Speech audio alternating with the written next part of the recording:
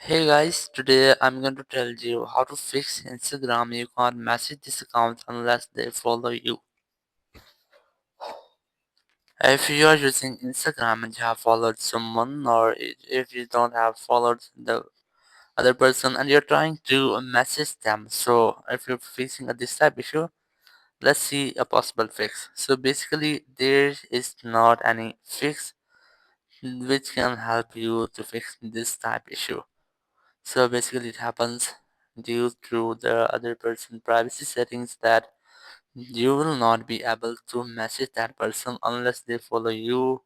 So it means that the person have to follow you, or you can request the person to follow back you. Once they have followed you back, you can easily message them. You will get, and you will not see this message again, and you'll be able to message the person.